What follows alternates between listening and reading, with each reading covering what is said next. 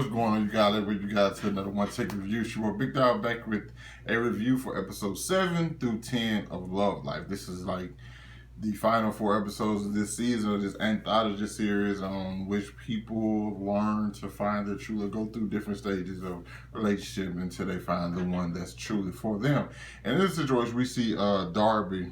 First episode was about Darby and her mom. Other episode was about Darby's best friend Sarah. Then we had the Augie episode. Then we have the final episode, which pretty much wraps everything up.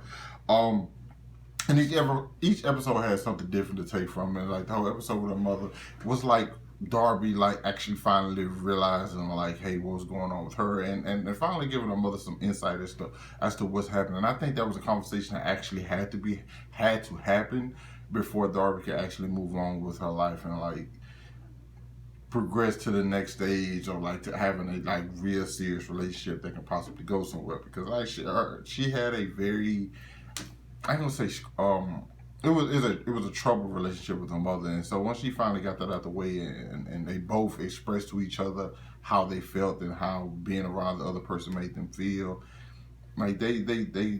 they was able to move forward, and we saw kind of what their relationship was like after that. It was so much better because sometimes sometimes you have to break down and tell somebody what they've done to you or how somebody makes you feel. And it wasn't just a one-sided thing. It was definitely because her mother you, as much as I try to get in, you never let me in. And her mother had some issues.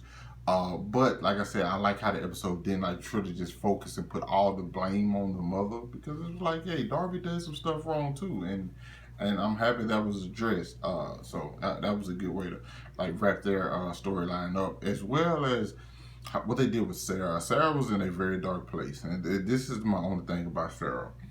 Sarah was in a dark place, and she lost her job, she lost her boyfriend who she really cared about. She tried to get him back, nothing would work. And she went into that depressive place, and she turned to drugs and she turned to alcohol, and so she was kind of lost. She was in a very self-destructive state, you know what I'm saying? The person who I go into those I'm self-destructive. I'm very self-destructive. I would just you know what I'm saying? Even though it's something I know that I probably shouldn't be doing this is I'm doing this only to hurt myself, and that's kind of what Sarah, the situation Sarah got in. Even then, the fact that for the longest, Darby was sticking up for her. She was helping her, lending her money, and defending her to her friends, and then it was kind of sad to see, because it's well, this is the friend that was getting married. She was this is my weekend. I don't have time to deal with people who aren't ready, which sucks in so many different ways for Sarah, because it's I'm hurting right now, and one thing, you don't like going around people when you're hurting. I understand that. But at the same time, it's your friend's bachelorette party. You don't want to be the person who's it's like a lose-lose situation. You really don't want to. You're not in a good headspace. Then you technically don't want to be around anybody right now, because or if you do, you want to be around people you want to them to kind of help you, and or she could have just not came, and that would have been oh wow, you really didn't come to my. It's like I said, it was a lose-lose situation all the way around, and she probably just broke down, and Darby just I can't do this no more. You are falling completely apart, which kind of bothers me a little bit, because I know, like I said, I'm that self-destructive person. I'm not to an extent. It's never been drugs. I don't drink or smoke. I don't drink or you do drugs or anything like that. So mine is very different. But I know what it's like to be in that self-destructive state. And so, but at the same time, it's always been my friends who helped me to get out of that. Them and me just having, hey, bro, shut the fuck up, get your ass up. So for them to kind of just yo, that's it, I'm done. And we don't know how many times they've actually told her yeah, you need to straighten up. But for them to leave her and just be yeah, it is what it is, whatever happens, that kind of bothered me, because I don't know, I cherish friendship a bunch. So I don't think it's really gonna take a lot, like like next level shit for me to just be like, yeah, I can't. You know what I'm saying? Like, if you betray me, that's one thing. You know what I'm saying? But if a person, one of my friends betrayed me, that's different. But like, for me just seeing them hurting, I wouldn't feel right. You know what I'm saying? Unless I can, like, try to get them out of there, because like they're my friends. Like, they got me out of this situation. So I only feel like I should do. I always feel like I should do the same. And I feel like Sarah has been there for Darby just as much as Darby was there for her. So like, it just so happened things shifted a little bit more in one person's way, because, well, Sarah fell off. He lost a job and he lost a lot of things. So, you know, but the way they ended up wrapping it up, tying it up towards the very end, this when things work out.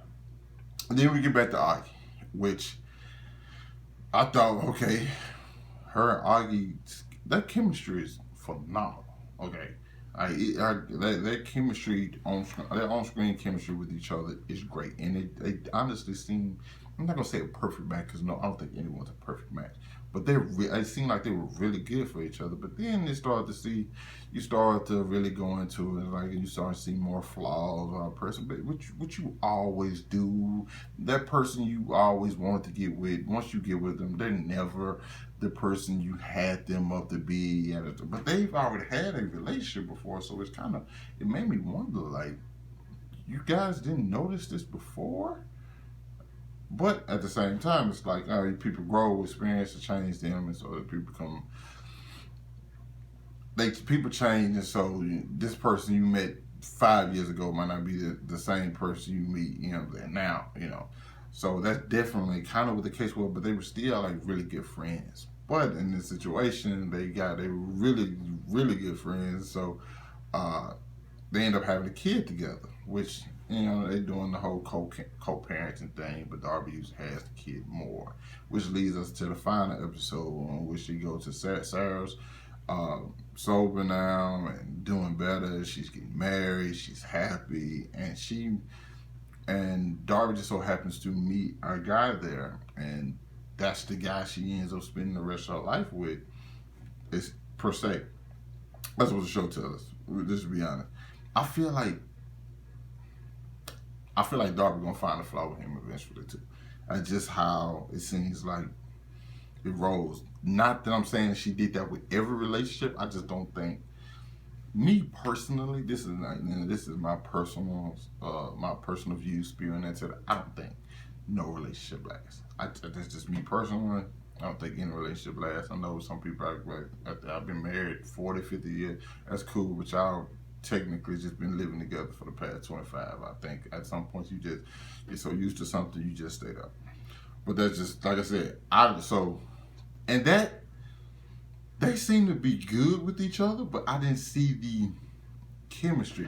But one thing I did like that the show did, and is like basically tell you, like, hey, it's not always gonna be like sparks and like this electric feeling. Sometimes it's just gonna be this calming, relaxed feeling when you around somebody. Like, you just can be you around them, and that's good enough, and it's nothing more than that. So I actually like how but it tells you that, it doesn't necessarily show you that, you know. So that's my biggest thing. Like, you told me what this show, what happens, you know. Then you didn't depict it. So that's probably my biggest negative and biggest pushback from that. But overall, I enjoyed the show. I can't wait to see what's next. Who's next in this anthology series. Me personally, I kind of hope it's a guy, just because usually when you give like these like love stories, you only get the perspective from most of the time you get the perspective from a woman and how they feel and stuff. I would really wish they would like get into a guy who's not typical, who's like looking for a lady or whatever. I don't know. I just kind of hope they like don't have it a string of just all women. You know what I'm saying? Which is, there's nothing against that. It's like the message is about love, but I just hope they give like a different perspective, a different side on like what the guy be feeling during these times. So like, hey, because I feel like a lot of times we always We aren't the best, but like a lot of times we just be depicted to look like kind of assholes, and most of the time it's our fault. Because a lot of times it was the guy's fault in this, but then sometimes it was definitely on Darby. But I would like to get like a different perspective. I would love like if it was kind of like two people at once or something like that. But I don't know how they're gonna do it. I'm just gonna have to wait and see. But you guys let me know what you thought about the series as a whole down in the comments. Hit that like button, subscribe to my channel, like the vid. No, I think I already said that. I'm tripping, man. It's early in the morning. It's early in the morning, okay? I'm finna go work out. So I'm a little flustered right now. Thanks for watching.